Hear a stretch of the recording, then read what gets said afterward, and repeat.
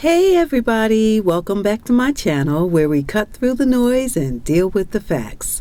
I'm your extreme host Shelly, and today we're talking about someone who's been making a lot of noise on social media lately, and honestly, for a good reason. His name is Tristan Ryan Perkins, and he's only 13 years old. And this little young man has been a voice. He has a big voice, and whether you agree with him or not, you've got to respect the courage it takes for someone his age to jump into the political arena, put his face on camera, and speak his mind without holding back. And he also put the president on blast. Now, most people his age are worried about video games or TikTok dances, but Tristan, not him. He's out here taking shots at one of the most controversial figures in modern politics, none other than Donald Trump. Now, that's bold, that's gutsy, and that's worth talking about. Now, with bold claims comes the responsibility, though, to check the facts. And that's what we're doing today. We're going to go point by point through some of the biggest things Tristan has said about Trump, figure out which one holds up and which one might need a little more context. And yes, I've actually got the receipts. So before we dive in, do me a quick favor, hit that like button, subscribe, and turn on those notifications. That way, you won't miss any extreme content like this one.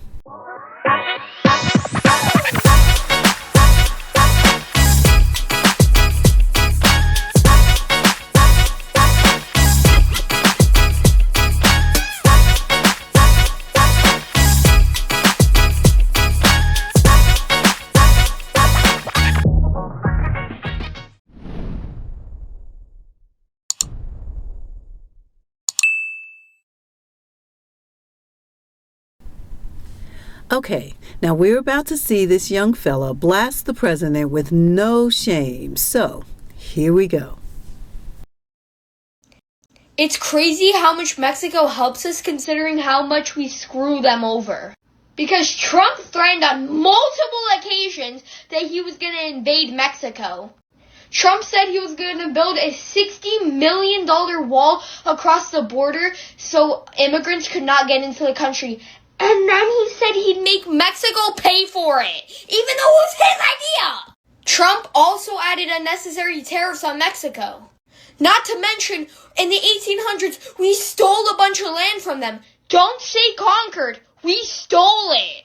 And don't say I don't love my country. I love my country enough to hold them accountable for their own actions.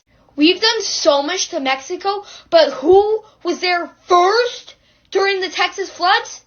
Not Kristi Noem, not Trump, not FEMA, but Mexico. Who was there during the Californian fires earlier this year saving lives? Mexico. So I will not tolerate Mexico slander. So Donald Trump just said, I never had the pleasure of going to Epstein's Island. What? Okay, a few things. One, he's lying. And two, he's thinking about pardoning Gilly Maxwell, who is a confirmed child trafficker and a confirmed child pred. He knew his name was in the files since May. What are you talking about? I never went to the island. You clearly did. You were involved with Epstein for like 30 years. What are you talking about? He was your best friend. Oh my goodness. So he really laid into the president. He laid into President Trump and didn't hold back. But was everything Tristan said on point? Well, what do you think? Let's watch again, and then we're going to address each and every claim. It's crazy how much Mexico helps us considering how much we screw them over. Because Trump threatened on multiple occasions that he was going to invade Mexico. Now, when it comes to the claim that Mexico helps the United States, the facts show that it absolutely is true. Mexico is not just a neighbor, it's America's largest trading partner. In 2024, the U.S. imported about $506 billion in goods from Mexico.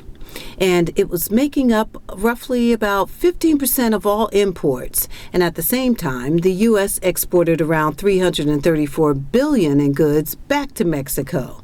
Now, that trade supports roughly 1.1 million American jobs, which is about 11% of all export-related employment. Now, beyond the trade numbers, our economies are tied together through integrated supply chains and a nearshoring trend where U.S. companies are moving production to Mexico just to cut costs. They're also doing it to stabilize supply lines and strengthen North American competitiveness. Now, on the security side, cooperation has been strong for years, from the Meridia Initiative that funded joint efforts to combat organized crime to cross-border infrastructure, coordination between U.S. cities like Laredo, Texas, and their Mexican counterparts. Even during tariff disputes, about 84 to 85% of Mexican exports to the U.S. stayed tariff-free under the USMCA, keeping trade flowing, and it's not just economics or security. Mexico has actually stepped up in humanitarian crisis too. Now, a prime example was in 2005 after Hurricane Katrina, when Mexico sent food, helicopters, rescue teams, and other aid just to help Texas and Mississippi. Now, the bottom line is the record clearly shows Mexico has provided substantial economic security and humanitarian support to the U.S. over the years. Trump said he was going to build a $60 million wall across the border so immigrants could not get into the country. And then he said he'd make Mexico pay for it, even though it was his idea. Now, on the claim that Donald Trump has stated multiple times that he would invade Mexico, the evidence doesn't actually support it.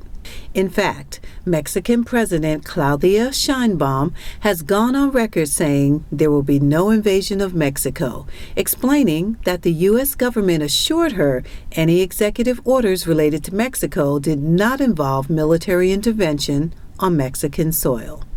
Now, what Trump has done is designate certain Mexican drug cartels as terrorist organizations and authorize possible targeted actions against them, which could include military drone or naval strikes. But these measures are aimed at specific cartel operations, not a deployment of troops to occupy Mexican territory. When Trump's comments about cross-border military action drew pushback, Mexico's leadership firmly rejected any notion of U.S. forces operating inside their country, underscoring their sovereignty. Now, while Trump has floated other big ideas in the past, like annexing Canada or renaming geographical regions, those were economic or symbolic concepts, not plans for military invasions. The bottom line is that Trump has not said he would invade Mexico, but he has considered military options against cartels that stop, well, short of that. Trump also added unnecessary tariffs on Mexico. Not to mention, in the 1800s, we stole a bunch of land from them. Don't say conquered. We stole it. Now, on the claim that Donald Trump added unnecessary tariffs on Mexico, the record shows that in February of 2025, he implemented a sweeping tariff policy that included a 25% tariff on most imports from Mexico, excluding energy products. Now, he justified these tariffs as a way to combat illegal immigration, drug trafficking, and trade imbalances. This action was part of a broader trade confrontation that also included Canada. And while goods compliant with the USMCA agreement were later exempted, a significant portion of imports still faced the added cost. Trump also applied targeted tariffs such as 50% on steel, aluminum, and copper, and 25% on autos and parts when they did not meet USMCA standards. But in July of 2025, he announced plans to raise tariffs on Mexican goods to 30%, citing national security concerns and dissatisfaction with Mexico's anti-cartel efforts, though this increase was postponed for 90 days. Now, whether these tariffs were unnecessary depends on perspective. Trump maintained they were essential tools to pressure Mexico, But critics, including economists and industry leaders, argued that they disrupted supply chains, hurt sectors like the auto industry, increased consumer prices, and were politically motivated rather than economically sound. Some even described the move as part of the dumbest trade war in history. Now, while Canada retaliated with its own tariffs, Mexico chose not to respond immediately, though tensions between the countries increased. And don't say I don't love my country. I love my country enough to hold them accountable for their own actions. So yes, in the mid-1800s, the United States did take a massive amount of territory from Mexico through war and treaty. The turning point was the Mexican-American War from 1846 to 1848, which actually began after the U.S. annexed Texas in 1845. That was a move that Mexico still considered an illegal seizure of territory.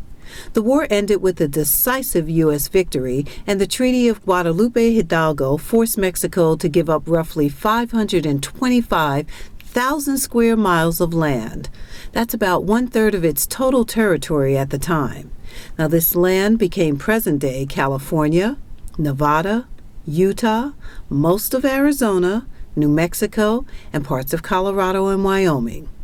In return, the U.S. paid Mexico $15 million, which would be around $500 million today, and took on $3.25 million in claims from American citizens against Mexico.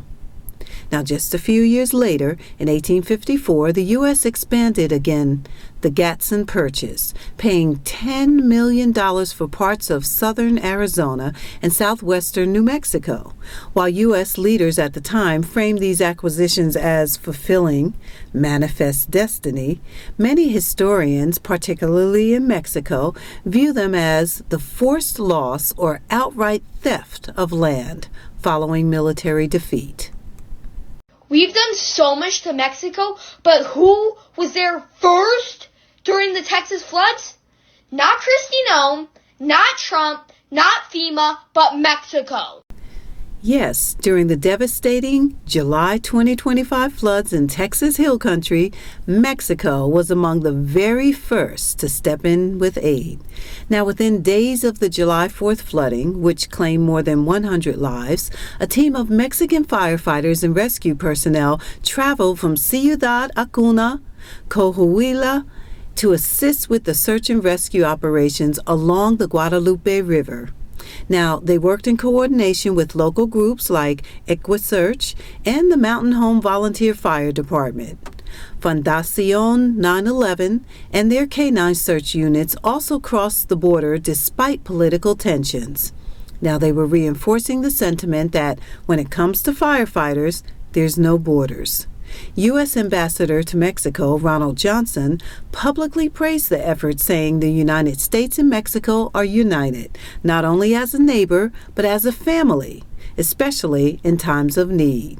These Mexican crews were on the ground before the full scale of federal and interstate aid from within the U.S. had mobilized, making them not just early responders, but arguably the very first to deliver hands-on life-saving help during the disaster. Who was there during the Californian fires earlier this year saving lives? Mexico. So I will not tolerate Mexico slander. Yes, indeed. Mexico was one of the first international responders to provide direct aid and save lives during the 2025 California wildfires. On January 11th of 2025, just as the fires in Los Angeles were intensifying, 72 Mexican firefighters and emergency personnel arrived to bolster fire suppression and search and rescue operations as well. Now, Governor Gavin Newsom personally welcomed them, acknowledging the critical role they would play. Now, these crews included specialized units from Mexico's National Forestry Commission and Ministry of Defense, joining more than 14,000 responders already on the ground.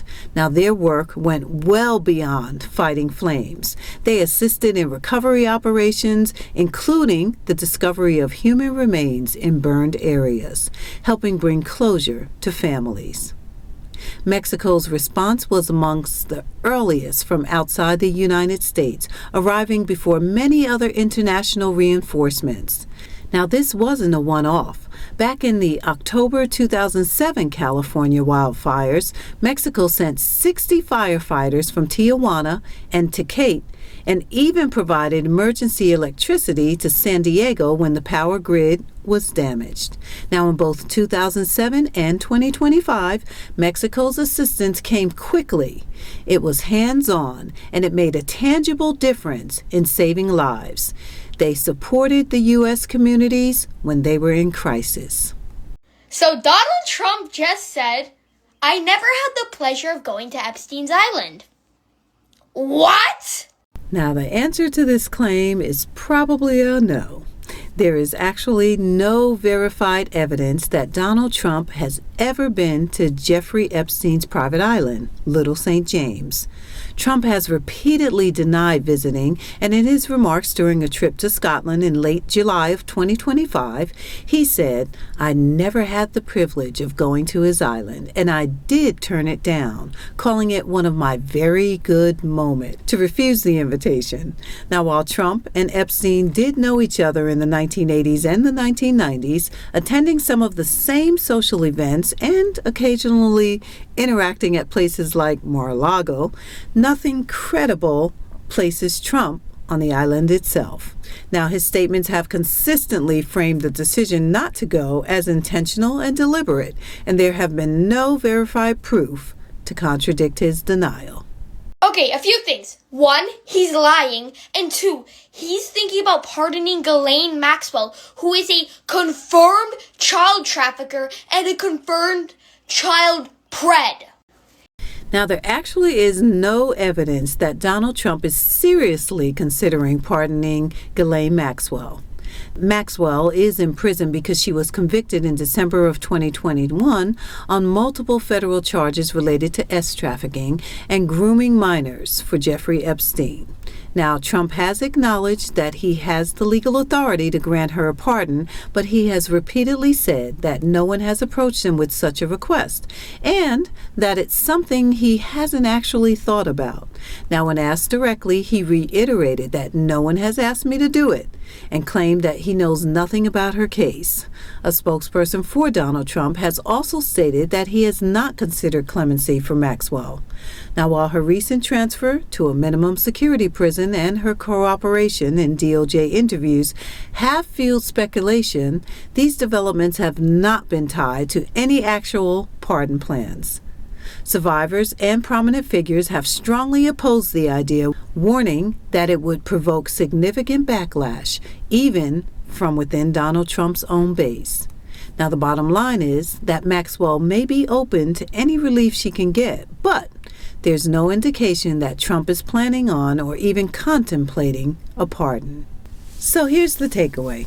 Tristan Ryan Perkins is sharp for his age, and some of his points are actually dead on. Others, well, they may need a little context. And a couple are, well, pretty much just flat out inaccurate. But whether you love or hate his style, he's actually getting people to talk about his politics. And that's more than a lot of adults are actually doing, wouldn't you say? Now, if you enjoyed this breakdown, hit that like button, subscribe, and drop a comment below. Let me know which of Tristan's claims you think he nailed and which ones actually missed the mark. And remember, always fact check before you share. So until next time, stay safe and be blessed.